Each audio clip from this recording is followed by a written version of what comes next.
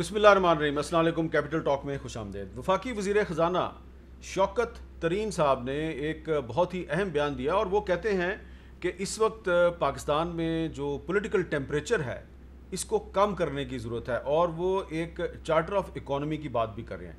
اب یہ charter of economy کی بات جب اپوزیشن لیڈر شہباز شریف صاحب نے کی تھی تو اس وقت اس کو نظر انداز کر دیا گیا تھا، لیکن اب تقریباً 2.5-3 سال کے بعد وہی بات جو ہے وہ وفاقی وزیر خزانہ شوکت ترین صاحب کر رہے ہیں۔ انہوں نے کیا بات کہی ہے، ذرا سنیں۔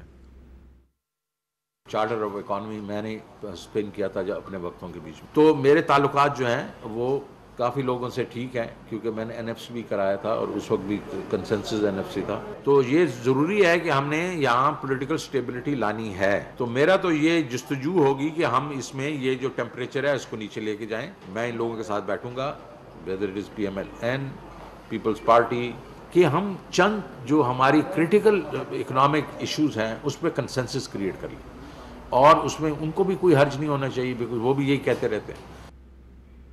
تو ایک طرف شوکت ترین صاحب یہ کہہ رہے ہیں کہ جو پولیٹیکل ایشوز ہیں اس پہ ایک کنسنسس کرنے کی ضرورت ہے، اور انہوں نے دعویٰ کیا ہے کہ ان کے اپوزیشن پارٹیوں کے ساتھ تعلقات ہیں اور وہ ان کو استعمال کریں گے۔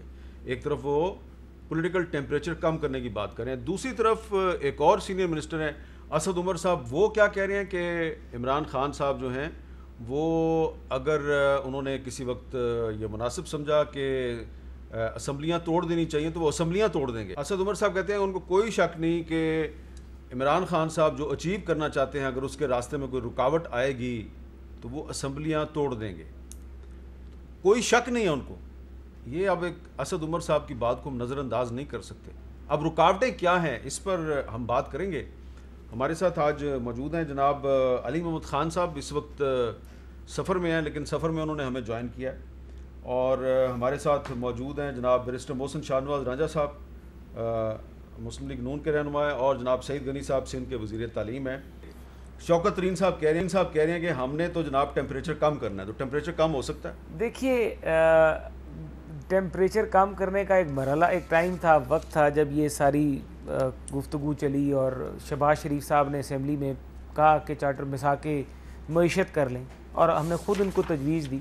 اس تجویز کا مذاق اڑایا گیا، اس کے بدلے میں پھر کیا ہوا وہ پورے پاکستان نے دیکھا کہ نیب سے لے کے اینٹی کرپشن سے ہوتی ہوئی ایک انتقام کی جو سیاست ہے، اینٹی نارکوٹکس میں سے گزرتی ہوئی ایف بی آر، اور ابھی اس کا سلسلہ جو ہے وہ جاری ہے۔ اس ماحول میں شوکت ترین صاحب جو بات کر رہے ہیں، شوکت ترین صاحب کا کیا قومی اسمبلی کا اجلاس اگر آ کے دیکھیں تو وہاں پہ اگر ماحول دیکھیں، تاکہ ہم نے کوشش پہلے دن سے یہ کی ہے، عمران خان جو ہے وہ وزیر اعظم جو ہے اس کا تو ذہن ہی نہیں ہے اس قسم کا کہ وہ اپوزیشن کے ساتھ بیٹھ کے کوئی کارروائی کریں یا اپوزیشن کے ساتھ کوئی مذاکرات کریں۔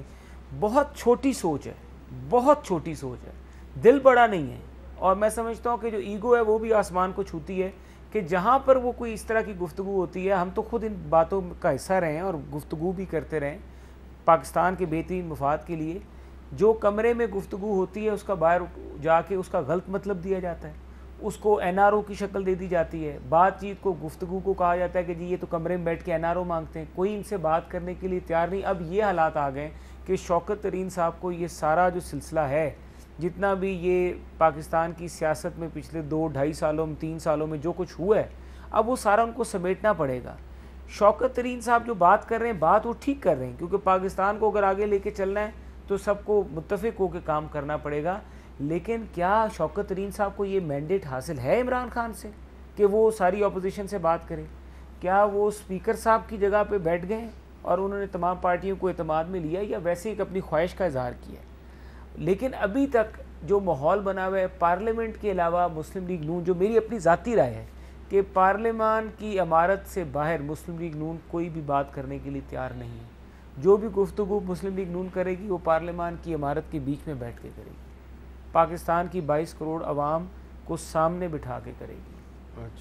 اچھا جی، سعید غنی صاحب، آپ نے بھی سنا ہوگا شوکت ترین صاحب کہہ رہے ہیں کہ جی ہم نے پولیٹیکل ٹیمپریچر کم کرنا ہے، اور اسد عمر صاحب کہہ رہے ہیں جی کہ عمران خان اسمبلیاں توڑ سکتے ہیں۔ تو دونوں سینئر منسٹر ہیں، ایک وزیر خزانہ ہے، ایک وزیر منصوبہ بندی ہے۔ آپ کے خیال میں کون صحیح بات کر رہا ہے؟ دیکھیں، عمران خان کی قربت جن کو حاصل ہے اور عمران خان جن سے راز و نیاز کی باتیں کرتے ہیں یا کر سکتے ہیں تو وہ تو اسد عمر ہی ہیں. اچھا, میں نہیں سمجھتا کہ شوکت ترین صاحب سے وہ اعتماد میں ان کو لے کر باتیں کرتے ہوں گے. جو سمجھ کی بات کی ہے, جو عقل کی بات کی ہے, وہ تو شوکت ترین نے کی ہے. لیکن مجھے بھی ڈاؤٹ ہے کہ پتہ نہیں ان کا کتنا اثر و رسوخ ہے, یا خان صاحب کتنی ان کی سنیں گے یا کتنی ان کی بات سمجھیں گے. کوئی بھی شخص جو جمہوری نظام میں رہتا ہو, جس کو جمہوریت کا پتہ ہو, تو ہمیشہ حکومت کی ذمہ داری ہوتی ہے کہ وہ ٹیمپریچر کو ٹھنڈا کرے. یہ واحد حکومت دیکھی ہے میں نے کافی عرصے میں جو خود جو ہے وہ آگ لگا رہی ہوتی ہے ہر چیز کو. تو یہ بات ہم کئی دنوں سے کہہ رہے ہیں کہ اس حکومت کو گرانے کے لیے اپوزیشن سے زیادہ یہ خود اپنا کردار ادا کریں گے اور کر رہے ہیں. اور میں یہ بات ان سے رانجھا صاحب سے اتفاق کرتا ہوں کہ اس طرح صرف پریس کانفرنسز کے ذریعے باتیں نہیں ہوتی. پارلیمنٹ جس کو انہوں نے پتہ نہیں ایک بالکل کیا بنا دیا, مجھے تو سمجھ میں نہیں آتی کہ اس کا کوئی رول نہیں ہے, کوئی کردار نہیں ہے, کوئی پالیسی میکنگ کی ڈسکشن نہیں ہوتی, سوائے گالم گلوچ کے بدتمیزی کی. اسمبلی میں ہوتا کچھ نہیں ہے. تو باہر بیٹھ کے یہ سلسلے باتیں کریں. اگر کرنا ہے تو پارلیمنٹ کے اندر اپنا رویہ تبدیل کریں, اپنا اس طرح کا کردار ثابت کریں, دکھائیں کہ وہ واقعی چاہتے ہیں کہ چیزیں ٹھیک ہو, تو پھر تو شاید کوئی بات آگے بڑھے. ورنہ موجودہ حالات میں مجھے نہیں لگتا کہ پی ٹی آئی کی موجودہ سوچ کو دیکھتے ہوئے کوئی ایسی بات آگے بڑھ سکے جس سے ٹیمپریچر کم ہو. عمران خان صاحب کی جو خاصیت ان کے خود وزراء بتاتے ہیں کہ جب ویسے ان کو سمجھایا جاتا ہے سمجھ جاتے ہیں, جب باہر آتے ہیں تو پھر اس کے الٹا کرتے ہیں. تو یہ پرابلم ہے ان کا جو شاید ٹھیک نہیں ہو سکتا. آپ کے خیال میں جو اسد عمر صاحب نے کہا کہ عمران خان صاحب اسمبلیاں توڑ سکتے ہیں, تو یہ وہ واقعی عمران خان صاحب اسمبلیاں توڑ سکتے ہیں آپ کے خیال میں؟ دیکھیں, میرا خیال ہے کہ جب انہیں لگے گا کہ اب ان کا سروائیول نہیں ہے تو ان کے پاس ایک ہی چارہ رہ جاتا ہے, وہ یہ کریں گے. تو اس کا ان کو فائدہ کیا ہوگا؟ نہیں, جب ان کی حکومت ویسے ہی جا رہی ہو تو آپشن کیا رہ جاتا ہے ان کے پاس. لیکن سعید غنی صاحب, حکومت کیسے جائے گی؟ اس کی وجہ یہ ہے کہ اپوزیشن میں اتحاد نظر نہیں آ رہا. تو حکومت تو قائم ہے اس لیے کہ اپوزیشن میں آپس میں اختلاف ہے. مسائل تو بہت ہیں نا میر صاحب, آپ کو بھی پتہ ہے مسائل تو بہت ہیں, بہت مشکلات ہیں. معاشی طور پر بہت حالات خراب ہیں, سیاسی طور پہ حالات بہت خراب ہیں. حکومتی نمائندوں کا جو ملک بھر کے ضمنی الیکشن میں حشر ہو رہا ہے وہ آپ کے سامنے ہے. تو میں نہیں سمجھتا کہ اس حکومت کے پاس اخلاقی طور پر یا کوئی ایسی جو انتخابی نتائج ہیں اس سے ان کو حوصلہ مل رہا ہو. ان کے اندر مایوسی پھیل رہی ہے اور اندر کی لڑائیاں بہت ہیں. تو پتہ نہیں جو ان کو جوڑنے کا جو ایک جو طاقت ہے وہ پی ٹی آئی نہیں ہے, وہ عمران خان نہیں ہے, وہ کوئی اور ہے. جب تک وہ ہاتھ رہے گا بس جب تک چلتا رہے گا, جب ہاتھ نکلے گا تو دھڑام سے نیچے. اچھا, اب آپ نے جو اندرونی لڑائیوں کی بات کی ہے, جو پریشرز کی بات کی ہے, تو اس کی طرف آ جاتے ہیں. رانجھا صاحب سنیں ذرا, ایک اور سینئر منسٹر ہیں ڈاکٹر شیریں مزاری صاحب, انہوں نے آج کیا بڑی اہم بات کر دی. سنیں وہ کیا کہہ رہی ہیں. بہت سے پریشر آئے پچھلے دنوں میں کہ جی آپ اسرائیل کو ریکگنائز کر دیں, آپ یہ کر لیں, لیکن ہمارا موقف واضح طور پہ ہے کہ سوال ہی نہیں پیدا ہوتا کہ جب تک پیلسٹائن کے ساتھ ظلم اور تشدد ہو رہا ہے, جب تک ان کو ان کا حق نہیں مل رہا تو کوئی موومنٹ نہیں ہو سکتی اسرائیل کی ریکگنیشن کے لیے. جی, کہ بڑا پریشر تھا اسرائیل کو تسلیم کر لیں, ہم نے تسلیم نہیں کیا. دیکھیے, یہ اسرائیل کو تسلیم کرنا یہ ایک ہماری, میں سمجھتا ہوں کہ فارن پالیسی سے ریلیٹڈ ایک چیز ہے, اور ان سب چیزوں کے اوپر ان کے اوپر پریشر بھی ہے. اور عمران خان جو ہیں, میں سمجھتا ہوں کہ اس میں پاکستان جب تک اندر سے اور پاکستان میں سیاسی استحکام نہیں ہوگا, میں آپ کو بتاؤں پاکستانی پریشرز کا شکار رہے گا. حامد صاحب, یہ حقیقت ہے.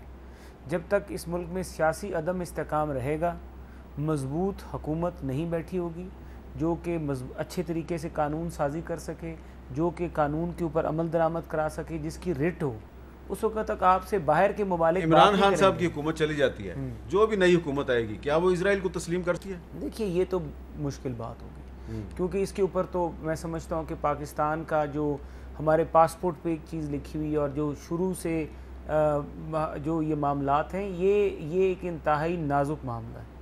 اور اس معاملے میں اگر کوئی بھی تسلیم کرنے کی بات ہوگی تو یہ میں سمجھتا ہوں کہ یہ کوئی کسی بھی گورنمنٹ کے لیے یہ آسان فیصلہ نہیں ہے. یہ بہت مشکل فیصلہ ہے. اچھا, یہ فیصلہ ڈرائنگ روم میں بیٹھے ہوئے لوگوں کی باتوں پہ نہیں ہونا.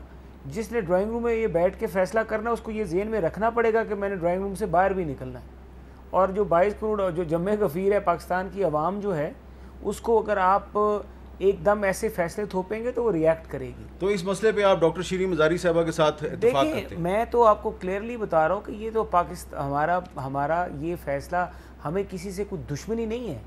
ہم بات کرتے ہیں, ہم وہاں پہ بات کریں گے فلسطین میں کیا ہو رہا ہے. ایک گورنمنٹ, ایک ملک جس کی بنیاد ہی ایک ناجائز طریقے سے آپ نے وہاں پہ زبردستی سے ساری وہ لوگوں کو وہاں پہ ٹرانسفر کر کے اور ان کو وہاں پہ رہائش دے کے اور زبردستی ان کی آبادیوں کے اوپر قبضے کر کے آپ نے ایک ریاست کی بنیاد رکھی ہے. علی محمد خان صاحب, ایک طرف شوکت ترین صاحب کہہ رہے ہیں کہ ٹیمپریچر کم کرنا ہے میں نے اور میں اپوزیشن جماعتوں سے چارٹر آف اکانومی پہ بات کروں گا.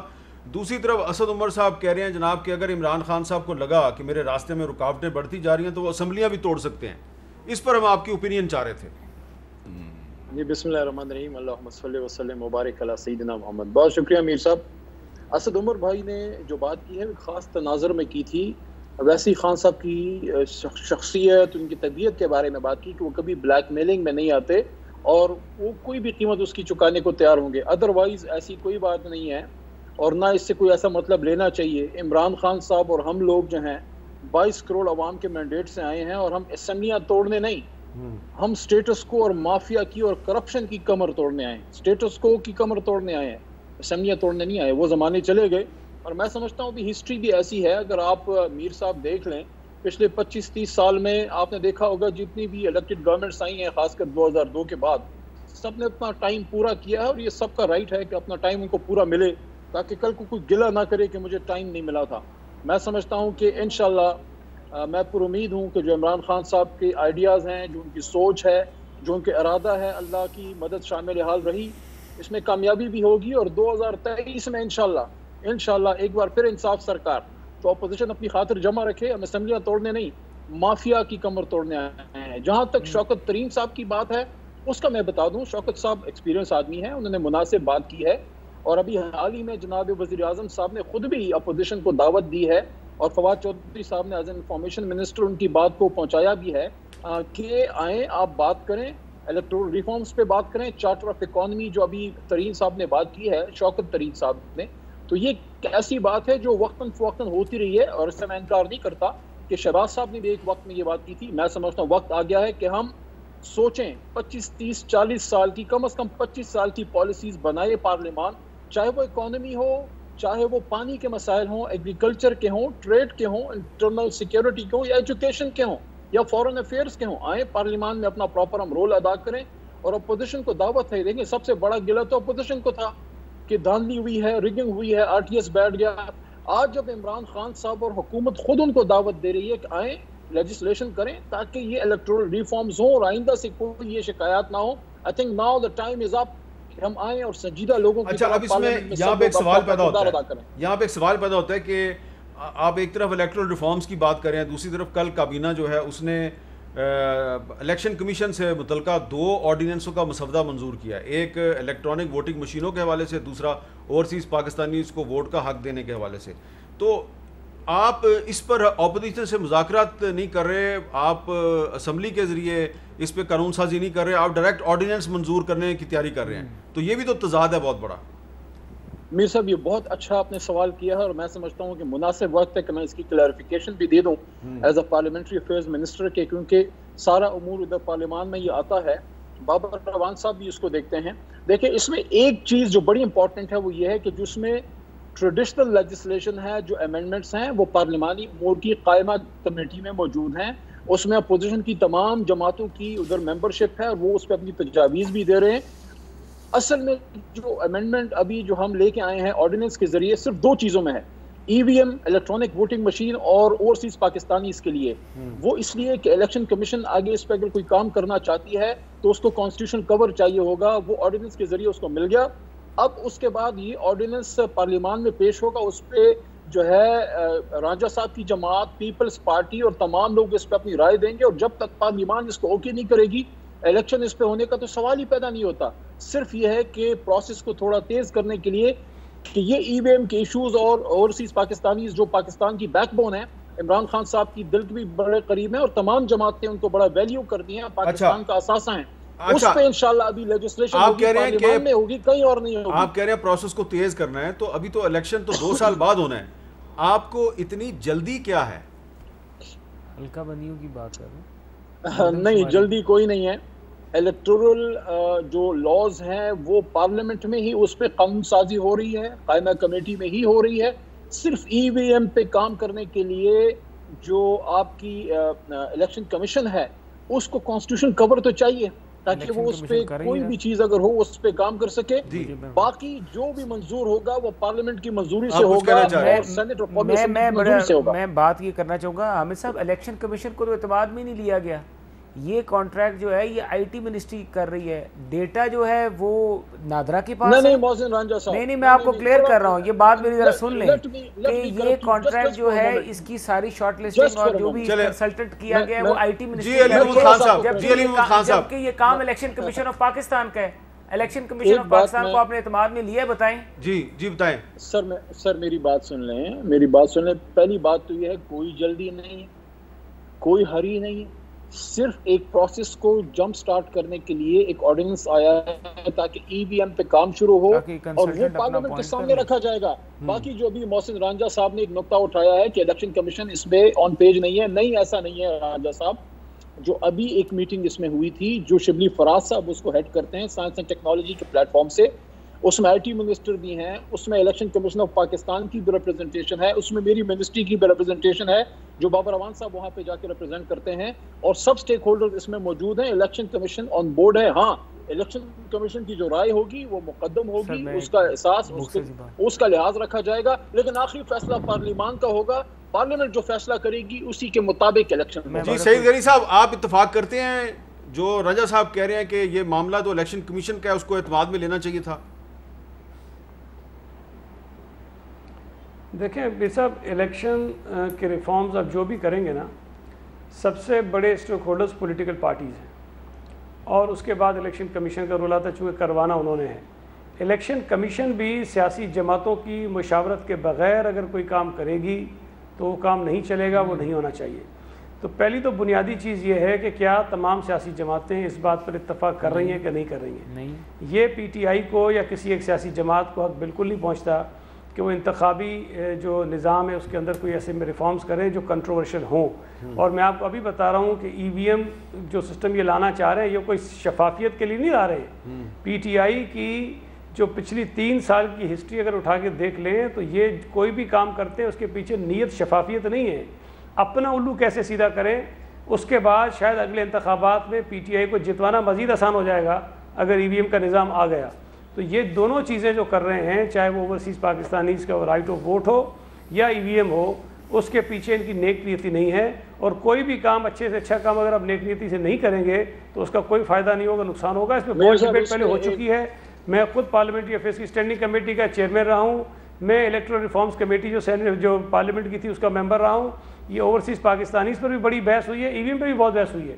اوورسیز پاکستانیز کو جو رائٹ آف ووٹ آپ دینا چاہتے ہیں، اس مسئلے کو سمجھنے کی ضرورت ہے. میر صاحب میں 1 منٹ آپ سے لوں گا کہ افتخار چودھری صاحب نے جس ایشو کو اٹھایا جس کی وجہ سے بہت سارے پاکستانی جن کے پاس ڈیول نیشنلٹی وہ ریزائن کرنا پڑا، وہ یہ تھا کہ آپ کے آئین میں پابندی ہے کہ کوئی ڈیول نیشنل اسمبلی کا ممبر نہیں بن سکتا. میں یہ بات اس وقت سے کہہ رہا ہوں کہ اس آئینی ترمیم کو ختم کرو، ان کو رائٹ دو کہ وہ الیکشن لڑیں. آپ اس طرف تو جان ہی رہے ہیں جہاں سے مسئلہ اٹھائے. آپ آ گئے ہیں کہ جی سارے پاکستانی جو سعودی عرب میں رہتے ہیں، دبئی میں رہتے ہیں اور ملکوں میں رہتے ہیں ان کو رائٹ آف ووٹ دے دو. مجھے بتائیے کہ میں الیکشن لڑتا ہوں، میرے حلقے کے 10,000 ووٹ اگر سعودی عرب میں رہتے ہیں، ووٹر رہتے ہیں، مجھے یہ حکومت اجازت دلائے گی کہ میں سعودی عرب میں جاؤں، جلسے کروں، میٹنگ کروں، کمپین کروں، لوگوں کو راضی کروں کہ مجھے ووٹ کریں؟ مجھے تو اجازت نہیں ہے. آپ ان ممالک میں آپ کو نام نہیں لینے دیں گے کسی سیاسی سرگرمی کے لیے. آپ جھنڈا نہیں لگا سکتے، آپ کیمپ نہیں لگا سکتے. جہاں آپ کے لاکھوں ووٹر جن ممالک میں کسی سیاسی جماعت کو اجازت نہیں ہوگی جا کے وہ وہاں پہ اپنا کمپین چلائے، ووٹ مانگے، یہ زیادتی ہوگی. آپ اگر اوورسیز پاکستانی کو کچھ کرنا چاہتے ہیں، آپ ان کو اسمبلیوں میں آنے کے لیے ان کی اجازت دیں کہ الیکشن لڑیں، اسمبلیوں کا رکن بنیں، اور اگر کرنا ہے تو ان کے لیے ریزرو سیٹیں رکھیں. اب علی محمد خان صاحب ووٹ کا حق ہے. یہ علی محمد خان صاحب نے جواب دینا ہے. دنیا میں کتنے ملک ہیں جن کے پاس رائٹ آف ووٹ ہے جو علی محمد خان صاحب آپ نے جواب دینا ہے، لیکن ایک چھوٹی سی اگر بریک میں لے لوں تو اس کے بعد آپ جواب دے دیجیے گا. بریک کے بعد دوبارہ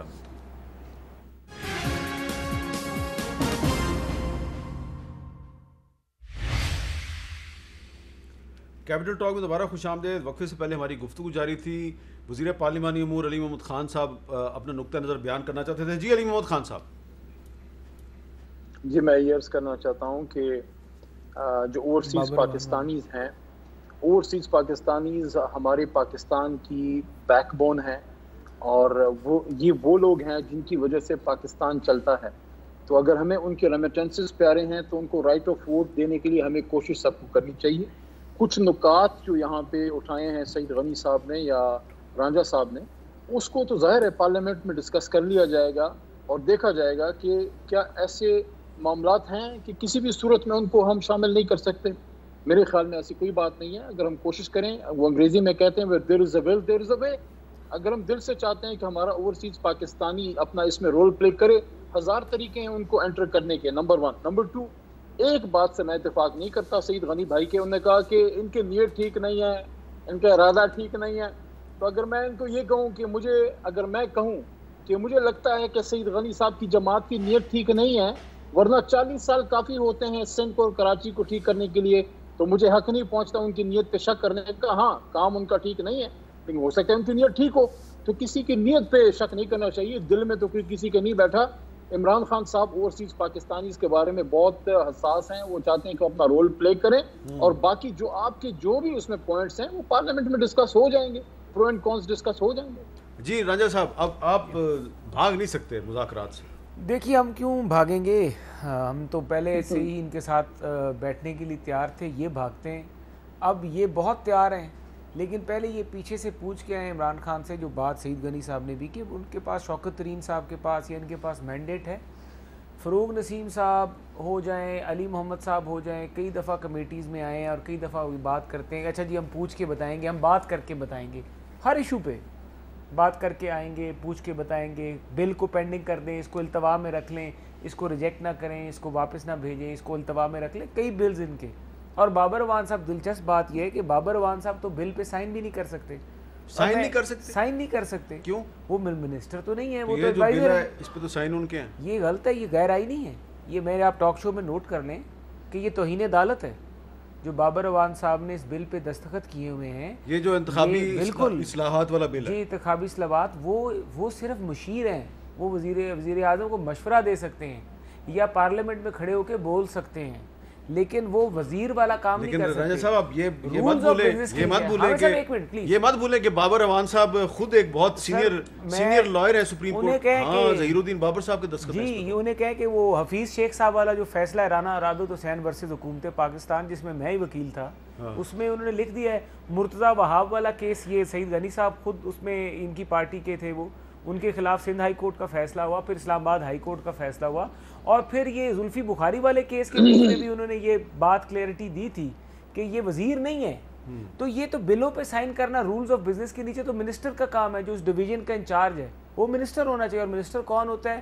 جو پارلیمنٹ میں بیٹھا ہوا ہو تو کس کے سائن ہونے چاہیے تھے اس پہ؟ یہاں پہ علی محمد خان کے ہونے چاہیے. جی علی محمد خان صاحب، یہ جو بل ہے اس پہ دستخط آپ کے ہونے چاہیے تھے. اس پہ بابر اعوان صاحب کے دستخط ہیں، تو یہ رانجھا صاحب کہہ رہے ہیں کہ یہ تو توہین عدالت ہے.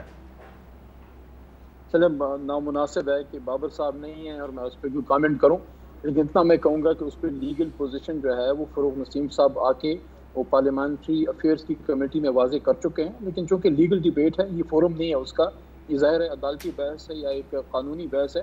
میں یہ ضرور کہنا چاہوں گا، دیکھیں یہ ایک بہت بڑا اپرچونٹی ہے اپوزیشن کے پاس، ایک بہت بڑی اپرچونٹی ہے کہ جو آپ دیکھیں مدعی آپ ہیں نا. آپ نے کہا کہ ہمارے ساتھ دھاندلی ہوئی، آر ٹی ایس بیٹھ گیا تو فلانا ہو گیا. ہونا تو یہ چاہیے تھا کہ ہم بھاگ رہے ہوتے اور آپ ہمارے پیچھے ہوتے، پکڑ رہے ہوتے ہمیں کہ آؤ ہمارے ساتھ بیٹھ کے لیجسلیشن کرو، قانون سازی کرو، یہ سسٹم ٹھیک کرو. ہم آپ کو کہہ رہے ہیں کہ حضور والا آئیں تاکہ 2023 میں پھر آپ نہ روئیں، کیونکہ انشاءاللہ حکومت پھر ہماری آنی ہے، پھر آپ نے رونا ہے. تو رونے دھونے سے بچنے کے لیے بندوبست کر لیں، آئیں یہ سسٹم کو ٹھیک کریں. 2023 کی بات کر رہے ہیں. اچھا سعید غنی صاحب، یہ واقعی سعید غنی صاحب 2023 ہی میں الیکشن ہوگا؟ آپ کو قبل از وقت الیکشن نظر آتا ہے کہ نہیں آتا؟ دیکھیں میر صاحب، جو حالات ہیں کہ حکومت کے اندرونی طور پر، اس سے مجھے لگتا ہے کہ جلدی ہو جائے گا. اور پھر اس کے بعد جو یہ لیجسلیشن کی جلدی پڑی ہوئی ہے، اس سے مجھے زیادہ یقین ہو رہا ہے کہ شاید 2023 سے پہلے الیکشن ہوگا. ورنہ جس طرح آپ نے پوچھا کہ ابھی 2 سال کا عرصہ پڑا ہے، آرام سے بیٹھیں، مشاورت کریں، کنسلٹیشن کریں، پارٹیز کو اعتماد میں لیں، الیکشن کمیشن کی بات سنیں اور اس کے بعد آپ آگے بڑھیں. لیکن آرڈیننس لے کر آ جانا اس موقع پر یعنی کہ جلدی ہے نا. تو مجھے لگتا ہے کہ جو بات اسد عمر نے کہی تھی یہ کہیں نہ کہیں ان کے بیک آف دا مائنڈ ضرور موو کر رہی ہیں چیزیں کہ جس میں شاید ہو سکتا ہے کہ جلدی ہو جائے. اچھا جی، میں یہاں پہ ایک بریک لیتا ہوں اور بریک کے بعد دوبارہ اس سلسلے کو یہیں سے شروع کرتے ہیں.